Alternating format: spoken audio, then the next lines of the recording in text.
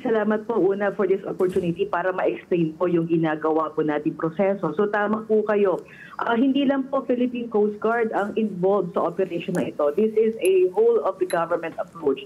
At ang Philippine Coast Guard po, ang aming po presensya dito ay para... Ma'am? Naku, ma'am, ayan naman po ulit, choppy po. Captain Cayabyab, choppy po tayo. We missed what you were saying. Oo. I'm sorry, okay na po ba? Okay, let's try again. Go ahead po. Okay. So, ang ginagawa po natin yung proseso, no, pagdating sa operations po natin, so alam po natin, naririnig naman po natin araw-araw na nagiging feedback po ng ating divers pagdating po sa ilalim ng tubig ay yung pagiging malabo po at maburak. So, maburak. Po, yung ilalim ng tubig. Hala, Captain, ayusin lang po natin yung linya ng komunikasyon natin. Sayang po yung sinasabi ni Captain Cayabyab. Paayos lang natin sa ating technical po yung I hope linya. she's not mobile. I think she's mobile. Totoo yan. Yes, ma'am. Hello po. Oo. Are you Ayan mobile po, Captain? Baka we can ask you to just stay in one place first muna. Okay. Yes, ma'am. So ito po, okay na po ba, ma'am? Yes, okay. Sige po, let's try. Okay, perfect po. Sige po. So, I would like to take this opportunity, ma'am, no, para ma-mention po how we do the retrieval operations po ng mga suspicious objects na nakukuha po natin. So, ang ginagawa po natin yan, again, this is a whole of the government approach. May iba't ibang ahensya po na present po sa area po natin.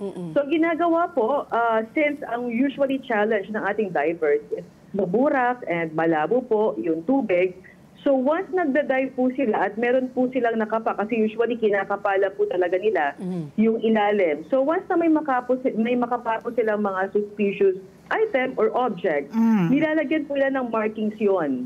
So may tali yan and then may marking or buya or floating device na nasa taas ng surface. And then ini-inform po natin yung lead agency and yung SOCO. And then once we receive the go signal po to retrieve, that's the time na bababa po ulit yung ating technical divers para kunin yung item na yon. And then, again, yung sa mga speculations po na about sa sako, again, we don't know kung gaano katagal yung sako sa ilalim. So may possibility po talaga siya na masira, may butas.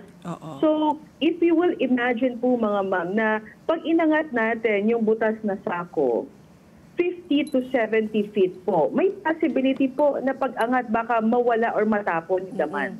So once we get again the go signal from the SOCO, nilalagay po natin yan sa isang fine mesh net. Again, this retrieval operation is different from other collection of evidence na ginagawa sa lupa. So once na nilagay po natin yan sa fine mesh net, inaakyat po yan ng technical divers. And from the surface po, ando na po yung SOCO. So we automatically and immediately turn over po lahat ng makukuha po natin.